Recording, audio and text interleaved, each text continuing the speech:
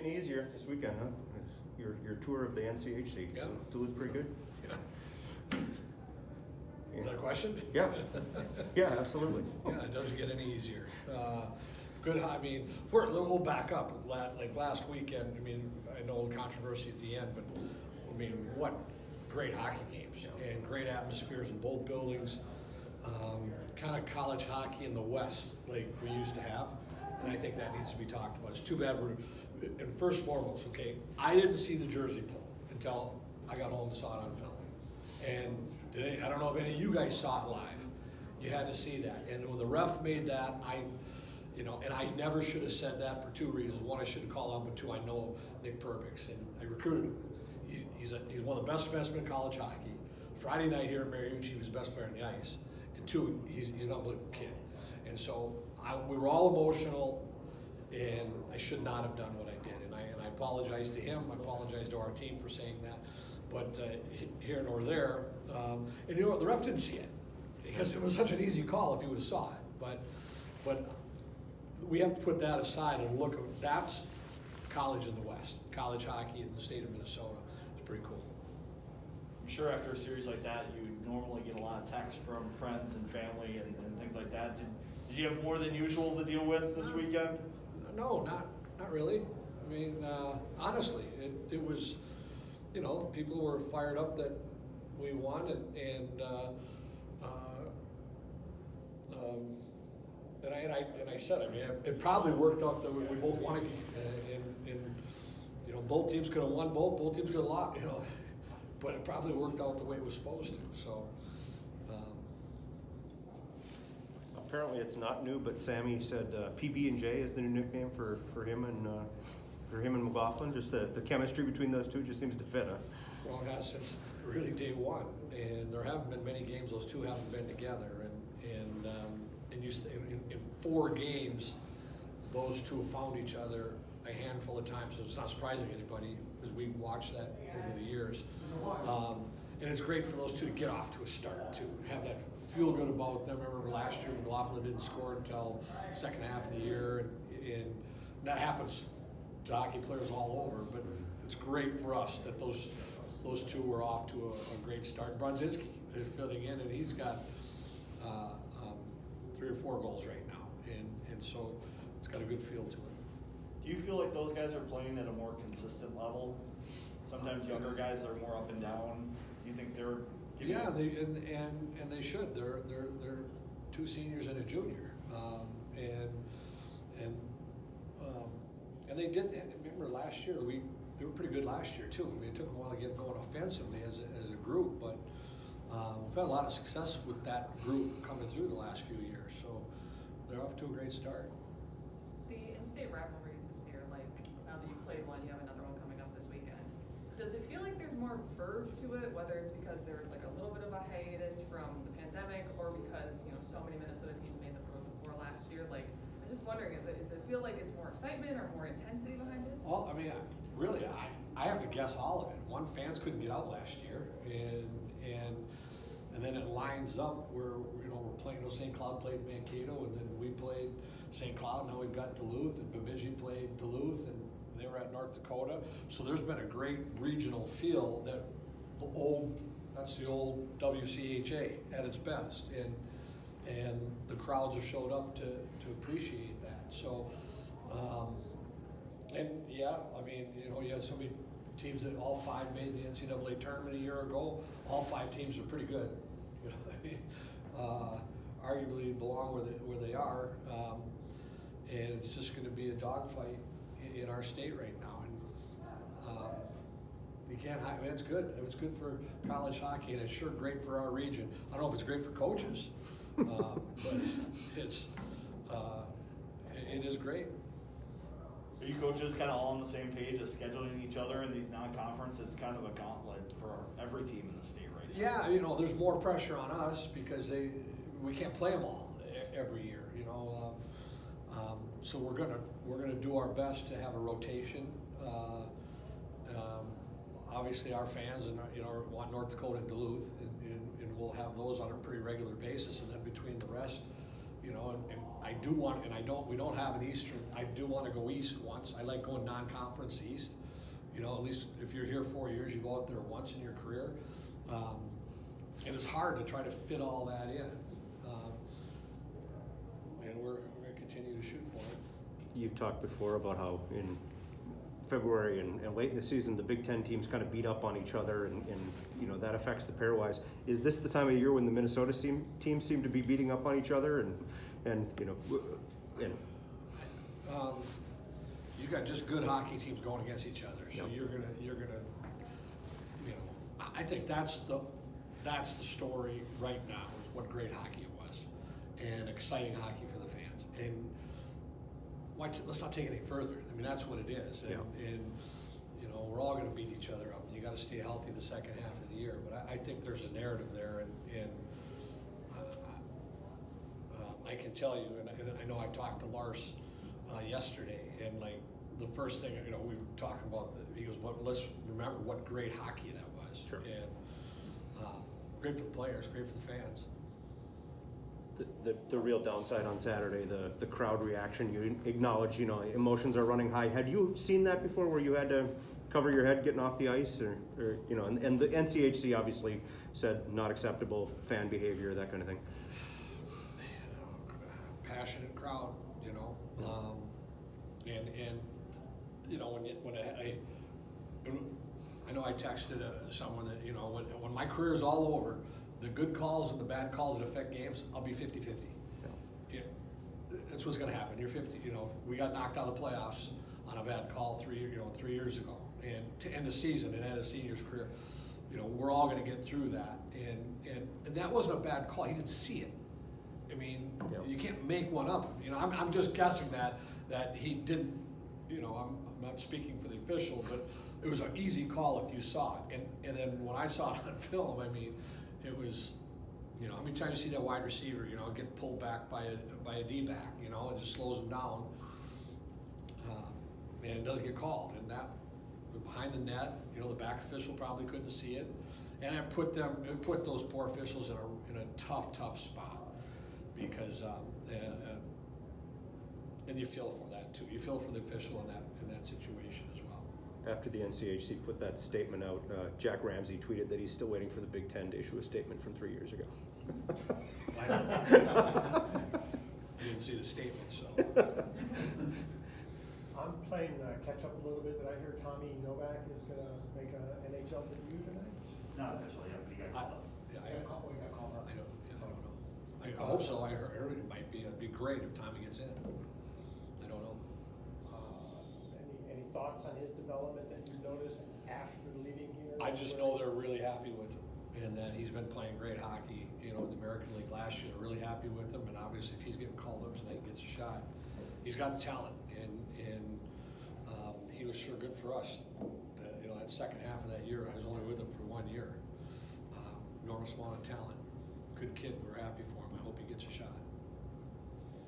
You mentioned this weekend, you know, the goals against, turnovers, you know, power play goals for the other team. How much do you dig in on that right now, and how much do you praise what's going on? Like, you start digging in more now, you know, and I'd say now 70% still us. Like, I'll give you, like a week ago, we had 2 themes. Well, that's protect the puck, you know, our turnovers, and then how we stay connected with our D. And we did a really good job staying connected. Like, when you don't have the puck, with good connection, because we're in attack mode a lot, and when you get, and we weren't connected that first weekend. I mean, all the breakaways. Now, we still made a couple of mistakes with the puck over the weekend. You know, we gave up 7 the first week and 5 the next week, and how many this week were on our turnovers? A breakaway again. You know, both goals Friday night were on our turnovers, and we had another one on Saturday. Just and that's something that we got to continue to grow and get better with. So those are type of things. Our systems are coming along. Our young players are coming along. Our veterans had to tighten it up because a lot of those turnovers have been by our veterans, and we've talked about it. But you know, every team right now is building blocks, trying to put this thing together. And then Duluth, you know, you dig into Duluth. You know, they're an old, wily group. They won't beat themselves. They're battle tested. They've already had, you know, 4 tough games that they've played, and they're a battle tested, well coached hockey team. Is this one of those stretches where you just really got to focus on not making mistakes here with St. Cloud, UMD, Notre Dame? Well, you have to do that, like, those unforced errors, you have to really concentrate on that the whole year, like, playoffs, you can't put yourself down, and retaliatory penalty we took the other night, that's how, they cross-checked our guy right in the head, doesn't get called, we retaliate, that's how they got the lead. And those are things that you work, all the teams in the country are working on those little parts of the game that you got to get on top of. You pretty healthy going this weekend? They said on the radio show Red Pillick might be ready. Yeah, I think he is. He was ready. We thought last week, and then we think that he's ready to go. I'll give him a better report on Wednesday to see where that's at. It was a physical weekend. We're a little banged up, but everybody is already. I've talked to 2 coaches, and they're already. We got everybody to go, I think, but ice bags right now. Cowboy up. I know you'll have questions about playing on the small ice sheet, so I won't ask. half of our season is, so. Yeah, but I noticed you're practicing on Ritter today. This will be your first game on the. Yeah, we'll go over there 2 days this week. But we adjust both ways. It really doesn't affect us much. Anything else for Coach? All right, thanks. Thanks, Bob. You bet. You've played a few games at Amsoil Arena. Are you kind of the guide this weekend, telling guys what to expect? Not really. I mean, I'll try to give guys bits and pieces of some of the experiences I've had, but it's a super fun building to play in. I'm sure the crowd will be going, and yeah, it's going to be another fun, emotional game, and certainly looking forward to it. It got overshadowed by the way Saturday night's game ended and all of that, but how much fun was last weekend? Just Yeah, kind of old-fashioned knockdown, drag-out kind of stuff. Yeah, it was awesome. I mean, that's why you come to play here at the University of Minnesota, is for games like that, and the crowd was electric. We could feel it in warm-up. I mean, you could just see how many people were there and so passionate, and that's what makes playing hockey fun and playing here so fun. And I think this weekend will be no different. I think going to Duluth, it's another tough building to play in. It's going to be packed. I think it'll be a lot of fun. When you were picking your spot, was that kind of one of the things that weighed in, is getting those experiences? I know you get some good crowds at CC, but it's a little different, I think, for the NCAA stuff here. Yeah, definitely a little different. But I'm lucky that I've gotten to play in those buildings before. I think St. Cloud, Duluth, North Dakota later this year. I think having been there, it certainly gives me a little bit more of a comfort level. But like I said, I think when you come here, that's one of the reasons why you come to a place like the University of Minnesota. It's they're huge games every single weekend, and especially in-state rivalries. So, like I said, I think they're so much fun to be a part of. They're fun to watch. They're fun to play in, and I think this weekend will be awesome too. When you prep for these weekends, is it different now being in Minnesota than when you prepped at CC? Like, kind of the scouting reports and how you prepare for these weekends? Yeah, I mean, some things are different, but I think for the most part, I try to prepare the same way every single weekend, no matter who we play. Yeah, there's some different pre-scouts and different players to look for matchups, but I think it's the same every single weekend. And trying to find that consistency is one of the things that I think I bring to the table, and so I try to keep a similar routine and try to keep a lot of the things the same in terms of preparation. Colorado College is about the size of a big suburban high school. Great school, but how are you adjusting to having 45,000 students around you? Yeah, it's definitely a little different. Class is different. I have a couple online, just one in person right now, but just walking around, you feel the excitement, you feel the energy on game days. Hockey, football, it's so big here, and again, one of the reasons why you come to the University of Minnesota. Just the buzz around campus and around the state is something that's so special, and it's been a unique transition, but one I've had a lot of fun with, and it's just been an awesome couple first months here. We joked about it a little bit when I saw you last weekend, but do you feel like one of those pitchers that's missing the strike zone by about that much right now? I mean, yeah, maybe a little bit.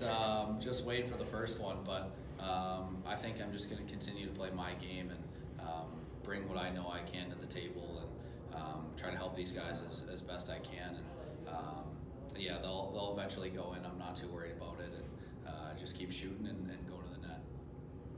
What do you look at when you're assessing your game? Do you look at like grade A's? Do you kind of do like a plus minus for your shift chart, or how do you look at that? Yeah, there's a lot of things I think that go into it. I think some of the things that I bring to the table are using my speed to create turnovers, to get in on the forecheck, back check, use my speed in different ways to try to make an influence on the game.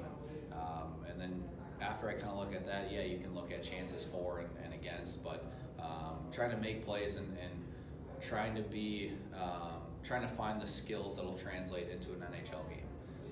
Those are the things that I think that I look at.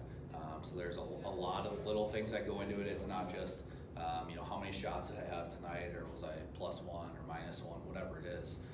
There's a lot of little things that I try to look at in video and go over with the coaches or my dad, who I talk a lot about with. So it's not just shots or goals or assists. There's a lot of little things in there. You no doubt looked at the roster before you made the decision to come here. Is there anything about playing with these guys that maybe you didn't expect that maybe surprised you?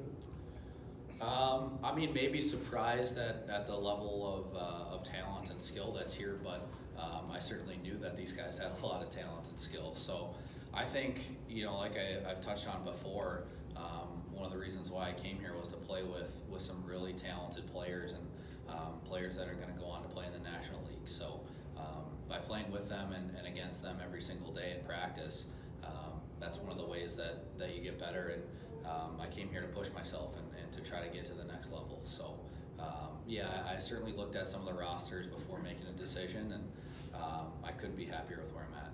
Are you being pushed? Oh yeah, it's been a lot of fun.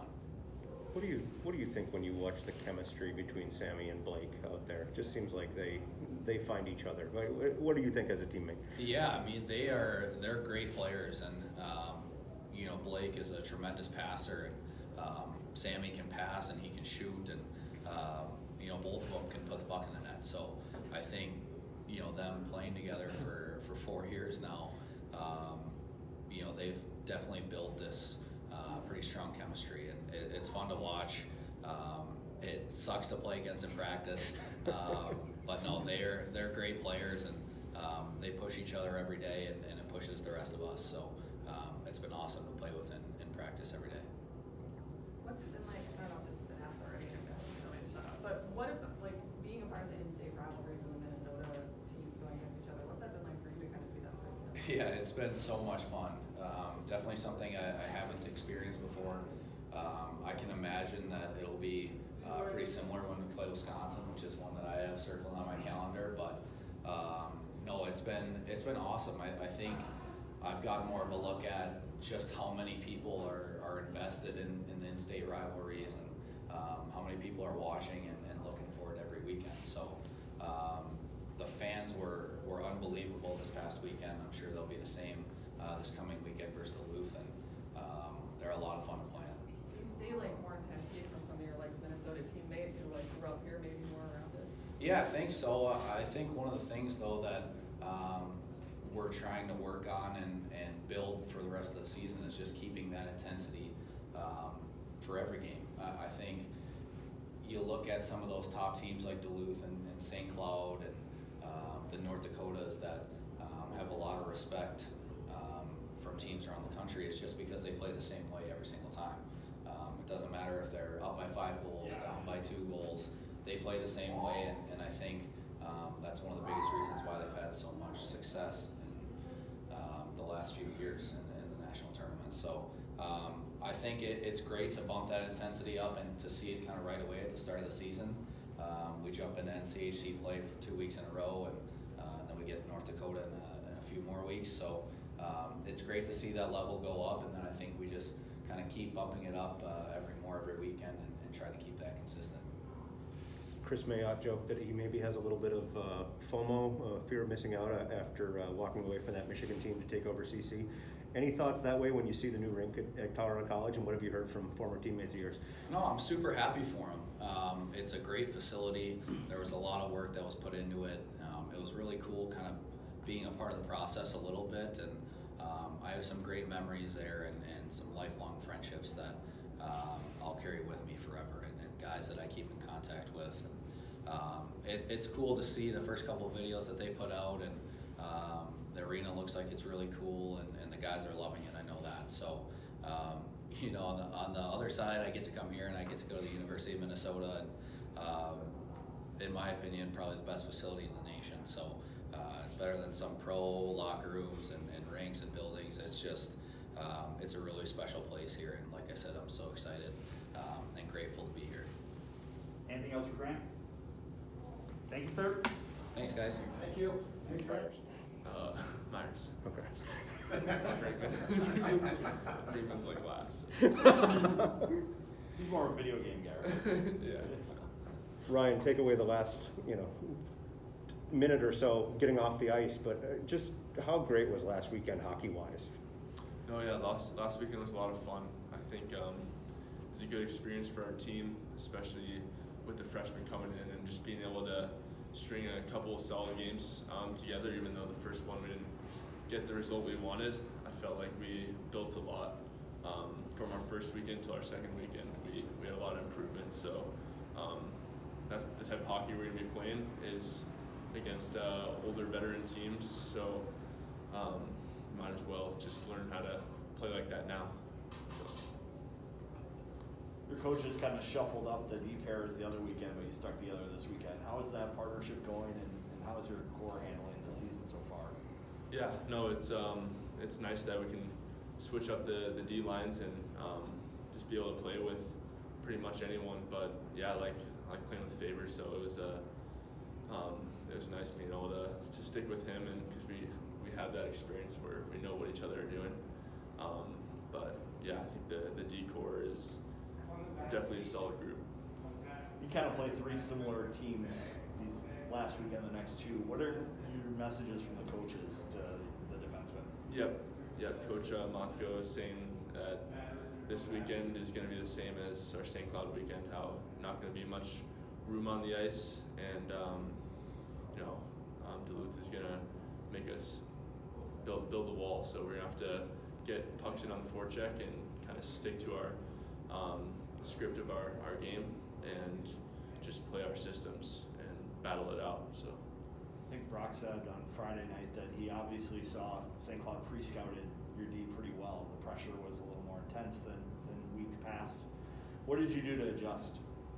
Yeah, obviously we talked, we communicated. The forwards had we knew that the points were going to be as open, so we just got down to our forwards and let our forwards work, and we thought they did a pretty good job managing the puck and creating chances in the O-zone. So yeah, it happens, and we just kind of have to adjust to it. You've seen it for a few years now, but the chemistry between Blake and Sammy just seems to defy expectation. What do you like about playing with those guys and kind of watching the way they play off each other?